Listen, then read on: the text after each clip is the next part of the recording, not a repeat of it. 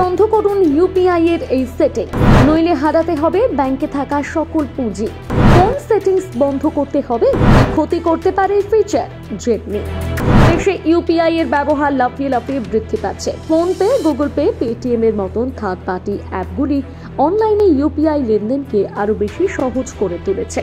বর্তমানে ছোট দোকানদার, হকার থেকে শুরু করে বড় বড় শপিং মলে ইউপিআই কোড স্ক্যান করে লেনদেন করা যায়। তবে এবার জানা গেল সেই ইউপিআই এর অন্দরে লুকিয়ে থাকা এক অবিশ্বাস্য সত্য।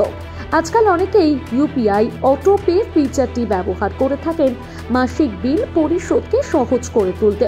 কারণ এটি নির্দিষ্ট সময় অন্তর গ্রাহকের অ্যাকাউন্ট থেকে টাকা কেটে নিয়ে স্বয়ংক্রিয়ভাবে মোবাইল, ইন্টারনেট, বিদ্যুৎ, জল ও গ্যাসের মতন পরিষেবাগুলির বিল পরিশোধ করে দেয়। অর্থাৎ এখানে একবার সকল নথি সেট করে দিলেই প্রতি মাসে নিজে থেকে টাকা কেটে যাবে।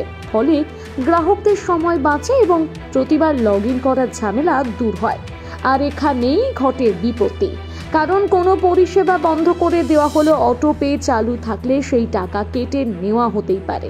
এমনকি গ্রাহক যদি বিষয়টি ভুলে যান তাহলে প্রতি মাসে টাকা কাটতেই থাকবে এবং এই ভুলের কারণে ধীরে ধীরে অ্যাকাউন্ট খালিও হয়ে যেতে পারে।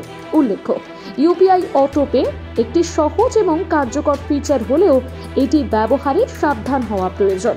তাই টাকা বাঁচাতে প্রয়োজন অনুযায়ী অটো পজ বা ডিলিট করাই শ্রেয়। এবারে বলে কিভাবে বন্ধ করবেন এই অপশন।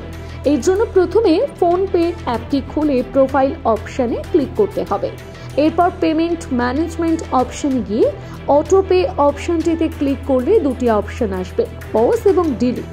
এরপর সাময়িকভাবে অটো প্লে বন্ধ রাখতে চাইলে পজ ক্লিক করতে হবে, আর পুরোপুরি অটো প্লে বন্ধ করতে চাইলে ডিলিট ক্লিক করতে হবে।